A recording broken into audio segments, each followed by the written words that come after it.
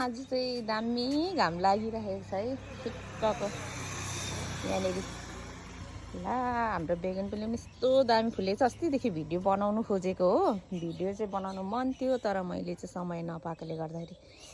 आम्माम यहाँनिर वाइट कलरको यस्तो दामी फुलेको छ। मौसम सँगसँगै यसले पनि च्यालेन्ज गरेको छ क्या एकदमै, किनभने यस्तो दामी फुलेको छ नि। वाउ लाग्दै फुल्दैछ। यसले सबभन्दा बेस्ट के यो बेस्ट भनेको यो हो क्या, यति धेरै फुलेको छ।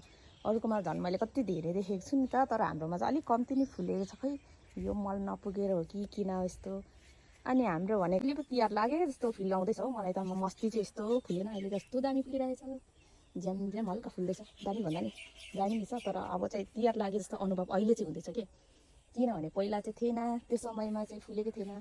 अहिले फुल्दैछ नि त, भर्खर ढिलो फुल्यो। यो खोइ के नमिलेको, खालि मैले त टाइमै फुलाउनु सक्दिनँ तिहारको टाइममा त, एकदम ढिलै। कमल जहिले यसपालि तैँले ब्रेक गरेँ नि त, रेकर्डै राख्यो हो, यसको नि भिडियो त बनाऊ। वा यहाँ यस्तो दामी फुलेको छ, यस्तो दामी फुल्दैछ नि। यसरी फुल्यो भने त मन त आनन्द हुन्छ। यहाँ पनि यस्तो दामी फुलिरहेछ। यो फुलले पनि रेकर्ड ब्रेक गर्दैछ। वा दामी भइरहेको छ नि है।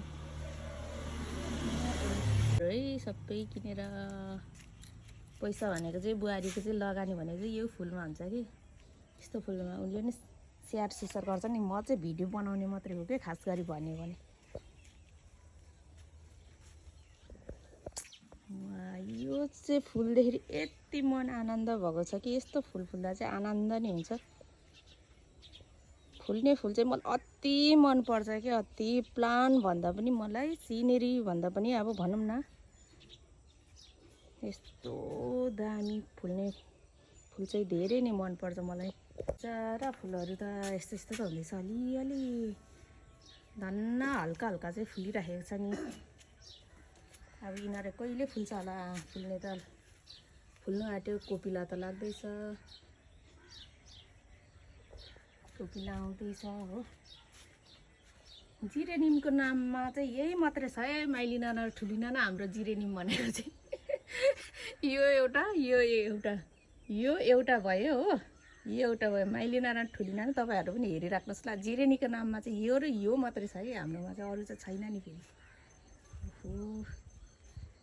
आम्मा हाम्रो मेवा कति फलेको थियो, बिचरा मेवा त सकिन आँट्यो त हौ। अनि थाम्नै नसक्ने यसपालि त फलेको थियो मेवा पनि, तर अब त छैन, सकिन आँट्यो। फल्नु त फल्दैछ, हिम्मत गर्दैछ क्या मेवाले पनि यति धेरै।